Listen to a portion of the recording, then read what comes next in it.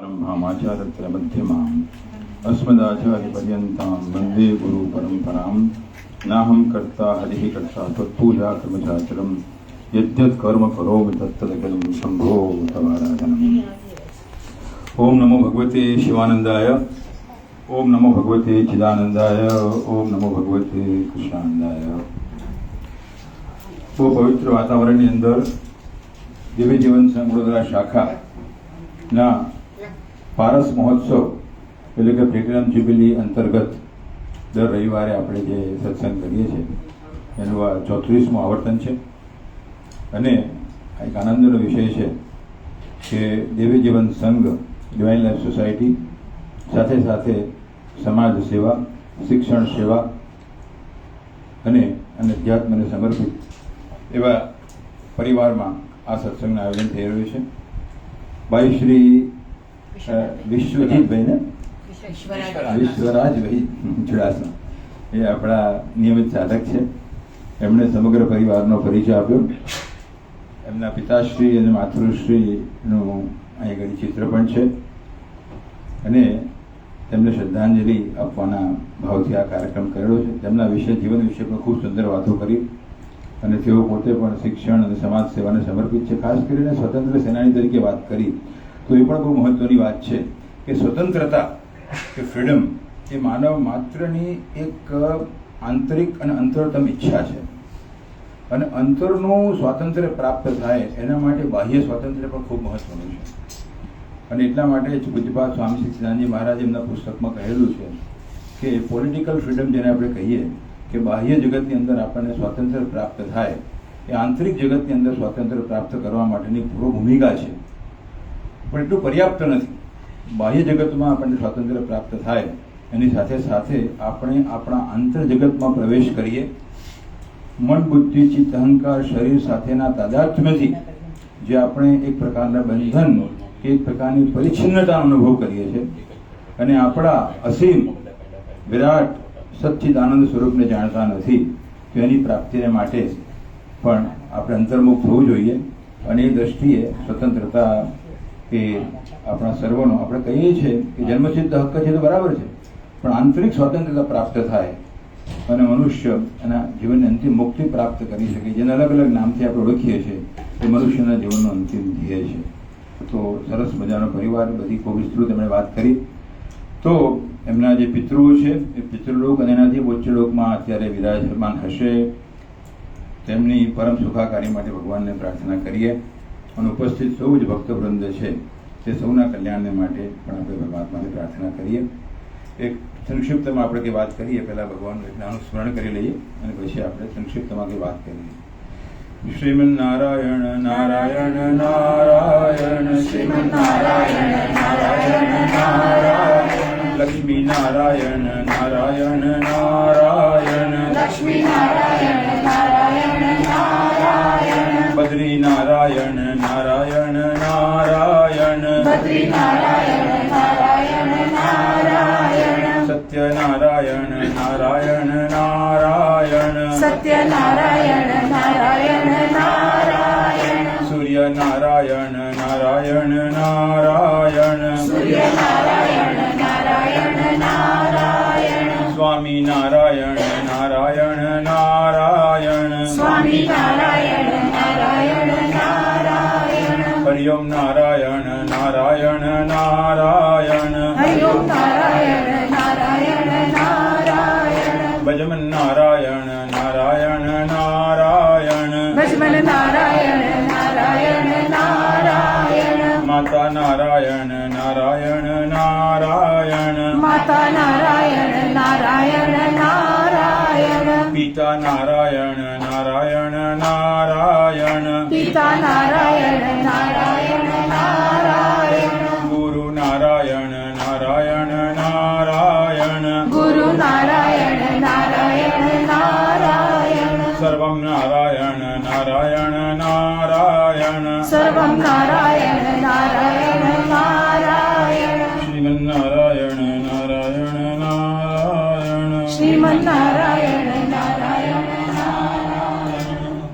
હમણાં આપણે જે વાત કરી દિવ્ય જીવન સંઘ શાખાની એની સંસ્થાપના ધ ડિવાઇન લાઈફ સોસાયટી ઋષિકેશના સંસ્થાપક, 20મી સદીના જ્યોતિર્ધર અને એક તબીબમાંથી જે એક બ્રહ્મનિષ્ઠ સંતમાં રૂપાંતરિત થયા એવા સ્વામી શ્રી શિવાનંદજી મહારાજના સ્વહસ્તે 1 નવેમ્બર 1950ના રોજ એની સ્થાપના થઈ હતી, જેને ડિવાઇન લાઈફ સોસાયટી તરીકે સમગ્ર વિશ્વ જાણે છે. 31મી ઓક્ટોબર 1950ના દિવસે ન્યાય મંદિર હોલમાં સ્વામીજીનું જાહેર પ્રવચન થયું અને ત્યારબાદ 1 નવેમ્બરે સુલતાનપુરા વિસ્તારની અંદર 3 સંસ્થાના જે સંસ્થાપકો હતા એના સાનિધ્યમાં the divine life society, the દિવ્ય જીવન સંઘ ગુજરાતીમાં આપણે કહીએ છીએ, એની સંસ્થાપના થઈ, જેનો મુખ્ય ઉદ્દેશ્ય આધ્યાત્મિક જ્ઞાન પ્રચાર પ્રસારનો છે. Dissemination of spiritual and cultural knowledge. આધ્યાત્મિક જ્ઞાન એ ભારતની એક વિશિષ્ટ સંપત્તિ છે, એક ધરોહર છે, જે સમગ્ર વિશ્વ ભારત તરફ મીટ મારી રહ્યું છે. હંમેશાને માટે અને વિશેષ કરીને સાંપ્રત સમયની અંદર એનો પ્રચાર પ્રસાર એ સંસ્થાનો મુખ્ય ઉદ્દેશ્ય છે અને સર્વ the humanity and seek divinity એના મુખ્ય આદર્શો છે. અને એ દ્રષ્ટિએ આધ્યાત્મિક જ્ઞાન પ્રચાર પ્રસારની સાથે સાથે સેવાકીય પ્રવૃત્તિઓ શિક્ષણ અને વૈદ્યકીય ક્ષેત્રે કરવી એ પણ એનો એક મહત્વનો ઉદ્દેશ્ય છે. અને સમગ્ર અધ્યાત્મના સારને પૂજ્યપાદ સ્વામી શિવાનંદજી મહારાજે સર્વ, લવ, ગીવ, પ્યોરિફાય, મેડિટેટ, રિયલાઇઝ આ માત્ર 6 શબ્દોની અંદર સંગ્રહિત કરેલો છે. સર્વ એટલે કે સેવા, કર્મયોગ. લવ એટલે કે ભક્તિ, જેની હમણાં આપણે વિસ્તૃત વ્યાખ્યા સાંભળી. અને વેદાંતમાં ભક્તિને એક પ્રકારનું માનસિક કર્મ પણ કહેતા હોય છે, જુદો યોગ નથી કહેતા. તો કર્મ અને ભક્તિ એના સમન્વયથી અંતઃકરણની શુદ્ધિ પ્રાપ્ત થાય, અધ્યાત્મ જ્ઞાન પ્રાપ્તિ માટેની યોગ્યતા પ્રાપ્ત થાય. ગીવ એટલે કે જેને આપણે દાન એવું કહીએ છીએ, કે દાન એટલે માત્ર કોઈ વસ્તુની અર્પણ કરવું એવું નહીં, પરંતુ કોઈ વ્યક્તિના સુખ દુઃખમાં સામેલ થવું, કોઈ વ્યક્તિના સુખ અને દુઃખને પોતાના સુખ અને દુઃખ તરીકે સ્વાનુભવ કરવો. ચેરિટી ઇઝ ચેરિટેબલ ડિસ્પોઝિશન એવું કહેતા હોય છે સ્વામીજી. તો ઇટ્સ અ ગ્રેટ એનેબલર, આપણને મદદ કરતા છે. પ્યુરિફાય અંતઃકરણની શુદ્ધિ, મેડિટેટ એટલે કે ધ્યાન યોગ, અને રિયલાઇઝ એટલે કે સ્વરૂપની પ્રાપ્તિ એ સ્વામીજીનો ઉપદેશ છે. અને એની પ્રાપ્તિને માટે આપણા શાસ્ત્રની અંદર આપણને શ્રુતિ અને સ્મૃતિ એ 2 પ્રકારના ધર્મગ્રંથો આપણને પ્રાપ્ત થયેલા છે. જે ધર્મગ્રંથો જે છે આપણા સનાતન ધર્મના અપૌરુષેય છે, એ કોઈ વ્યક્તિની રચના નથી, પરંતુ ઉપનિષદના મંત્રો જે છે એ ઉપનિષદના ઋષિઓનું દર્શન છે, એમની રચના નથી. અને તીવ્ર ઊંડા ધ્યાનના સમયે એમને અંતર જ્ઞાન પ્રાપ્ત થયું, ઇન્ટ્યુશન પ્રાપ્ત થયું, એ મંત્ર રૂપે વ્યક્ત થાય છે. અને વેદોના જ ભાગ અંતર્ગત સંહિતા છે, આરણ્યક છે, બ્રાહ્મણ છે, એમાં અલગ અલગ પ્રકારના ઉપનિષદો છે. ઘણા બધા ઉપનિષદો છે, એમાંથી 108 મુખ્ય છે. એમાં 10 જેની પર શાંકર ભાષ્યની રચના કરવામાં આવી, એનું વિશેષ મહાત્મ્ય છે. અને એમાં પણ ઈશાવાસી ઉપનિષદનું વિશેષ મહત્વ છે, કારણ કે એ વેદના સંહિતા ભાગમાં છે. એટલે આર્ય સમાજના જે વિદ્વાનો છે એ પણ એનો સ્વીકાર કરતા હોય છે, એની ઉપાસના કરતા હોય છે. આપણે પહેલાં પણ વાત કરી હતી એમ ઉપનિષદ શબ્દ જે છે એ 3 શબ્દોનો બનેલો છે, પદનો બનેલો છે. એક ઉપ, એક ની, આ બંને ઉપસર્ગ છે, અને શદ એ ધાતુ છે. તો ઉપ એટલે શું કે જે આપણી નિકટ છે એનો ઉપ કહીએ, એની નિકટમાં આપણે બેસવું. તો આપણી સૌથી નિકટનું શું છે? એ આપણું પોતાનું સ્વરૂપ, આપણું પોતાનું આત્મ સ્વરૂપ, એના વિશે જે વાત કરે છે. અથવા ઘણીવાર આપણને એમ થાય ઉપનિષદમાં બ્રહ્મની પણ વાત છે, તો બ્રહ્મ સર્વવ્યાપક છે આપણે જાણીએ છીએ, પણ એ સર્વવ્યાપક બ્રહ્મ એ અપરોક્ષ રીતે મારું પોતાનું સ્વરૂપ છે. એટલે અપરોક્ષતયા એને આત્મભાવથી દર્શન કરાવે છે. એ દ્રષ્ટિથી પણ ઉપશબ્દની વ્યાખ્યા થાય છે. નિ એટલે નિશ્ચિતપણે, જેમાં ક્યારે પણ પરિવર્તન ના થાય. સમગ્ર જગતની અંદર જે બધા વિષયો છે જેને આપણે અપરાવિદ્યા ઓળખીએ છીએ, એના દ્વારા જે આપણને જ્ઞાન પ્રાપ્ત થાય છે એ રિલેટિવ છે, આજે છે અને કાલે પરિવર્તન પામે છે. પણ આ એવા જ્ઞાનની વાત છે, સ્વરૂપ જ્ઞાનની વાત છે, બ્રહ્મના જ્ઞાનની વાત છે, આત્મના જ્ઞાનની વાત છે, કે જેમાં અખંડતા છે, જેમાં કોઈ પ્રકારનું પરિવર્તન સંભવ નથી. નિશ્ચિત રૂપે કોઈ પણ પ્રકારના વિપર્ય ભાવ વગર આપણને પ્રાપ્ત થાય છે એવું જ્ઞાન. અને શદ એટલે કે એના 3 અર્થ થાય છે શદ શબ્દના, કે જે આપણને ગતિ કરાવે છે, એટલે કે પરમ તત્વ તરફ દોરી જાય છે. સાથે સાથે એ અવસાદન એટલે કે વિનાશ કરે છે. એટલે કે અજ્ઞાનનો અને અજ્ઞાનના કાર્યનો જીવ ભાવનો જે આપણામાં પ્રવર્તમાન છે એનો નાશ કરે છે. અને હમણાં જ એક ભજનમાં આપણે બોલ્યું કે જીવ થકી શિવ આપણે શિવ જે જીવ છે આપણે બોલીએ છીએ એ એક ઉત્તમ કવિનો ભાવ છે. પણ એ જે પરમાત્મા છે ક્યારે પણ જીવ બન્યા નથી.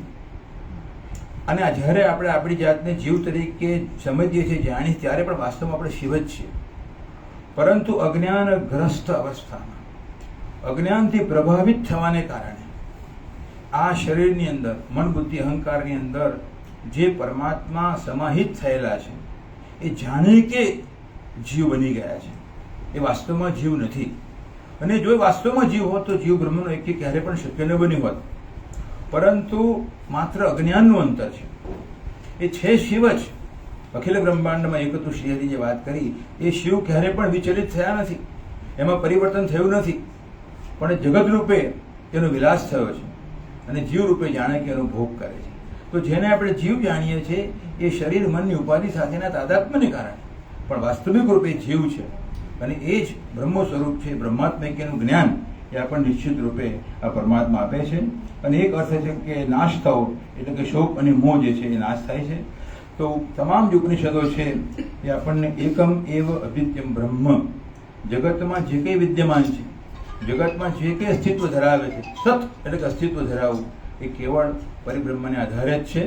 અને નિર્નાનાસ્તિ કિંચન એટલે કે વિવિધતા નથી.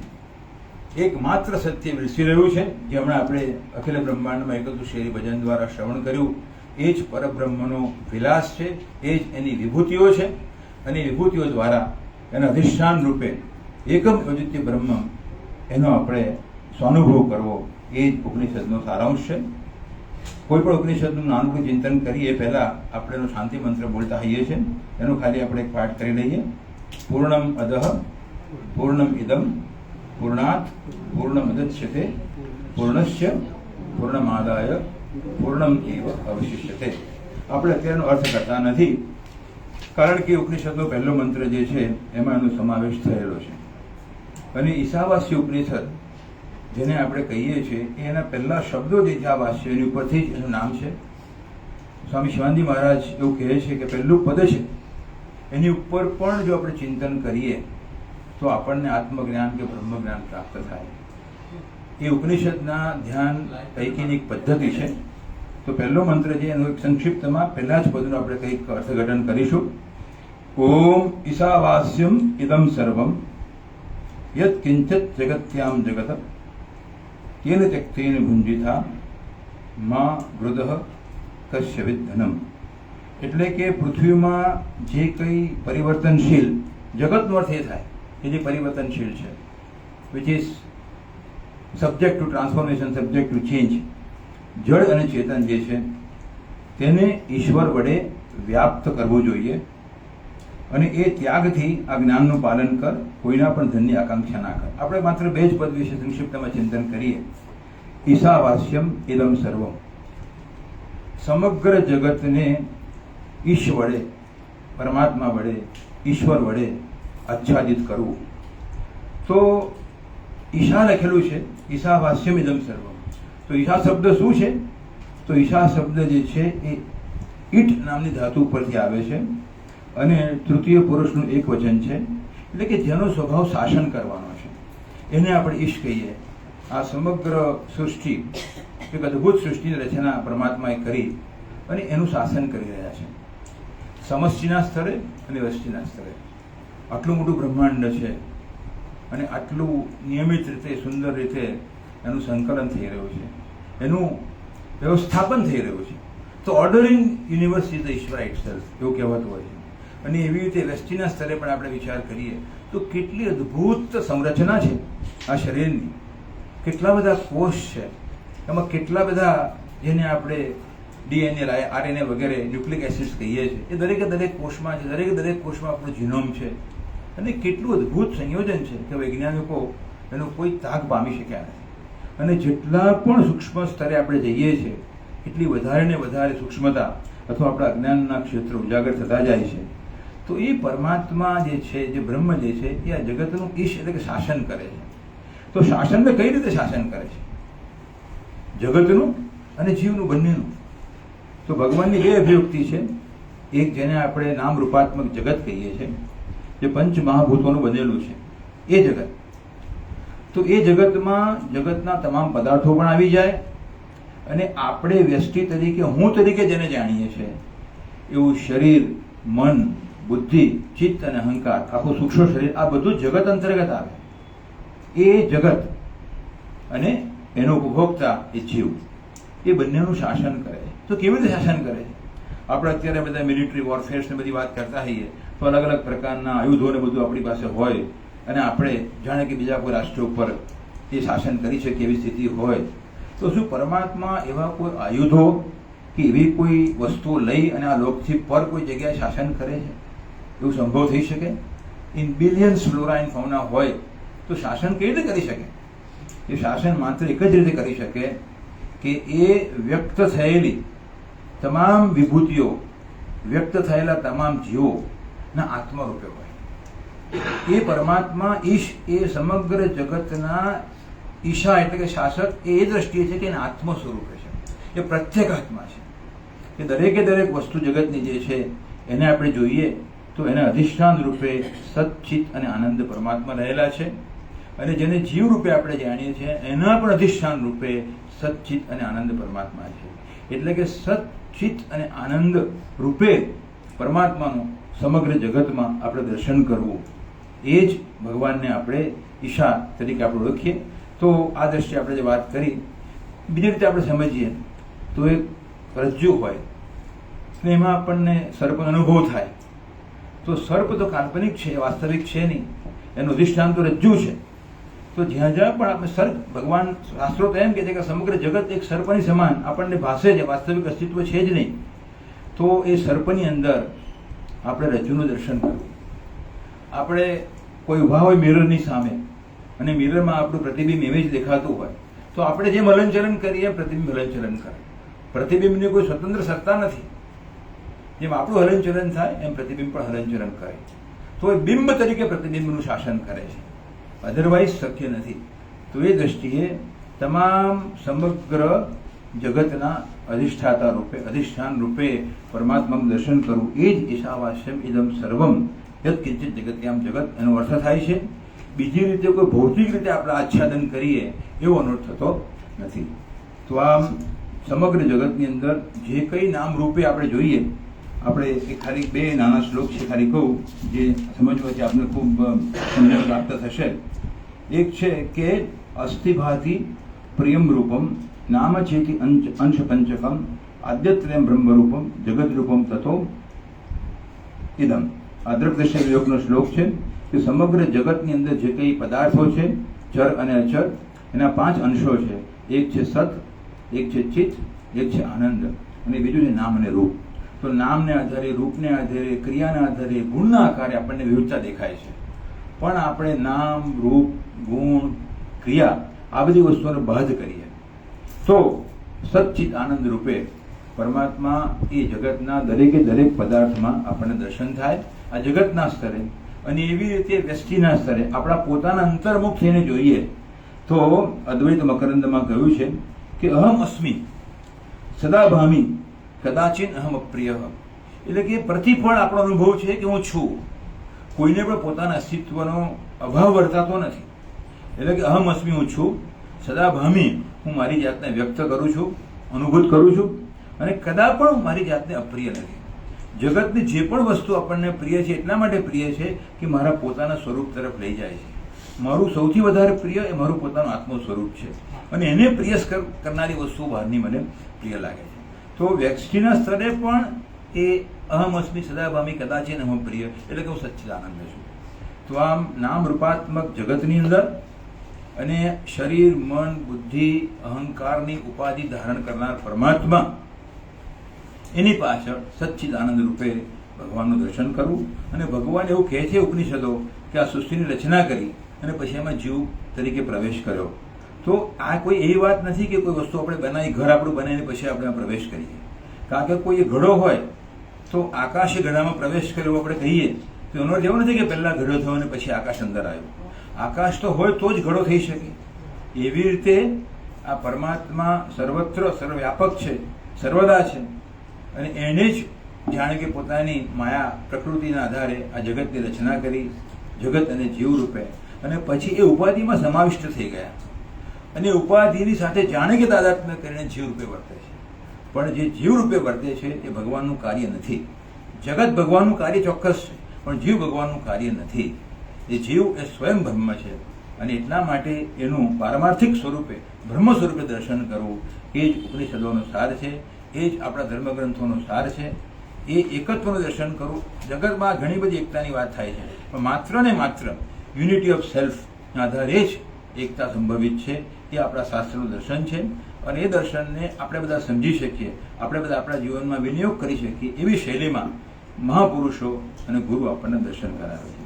તો આ તમામ વિવિધતાની વચ્ચે રહીને પણ એ વિવિધતાનો બાદ કરીને માત્ર એને ભૌતિક રીતે છોડી નહીં, મેં વ્યવહાર કરતી વખતે પણ એની પાછળ રહેલા એકત્વને દર્શન કરવું, આત્મસાત કરવું, એ જ આપણા સૌના જીવનનો મહત્વનો લક્ષ્યાંક છે.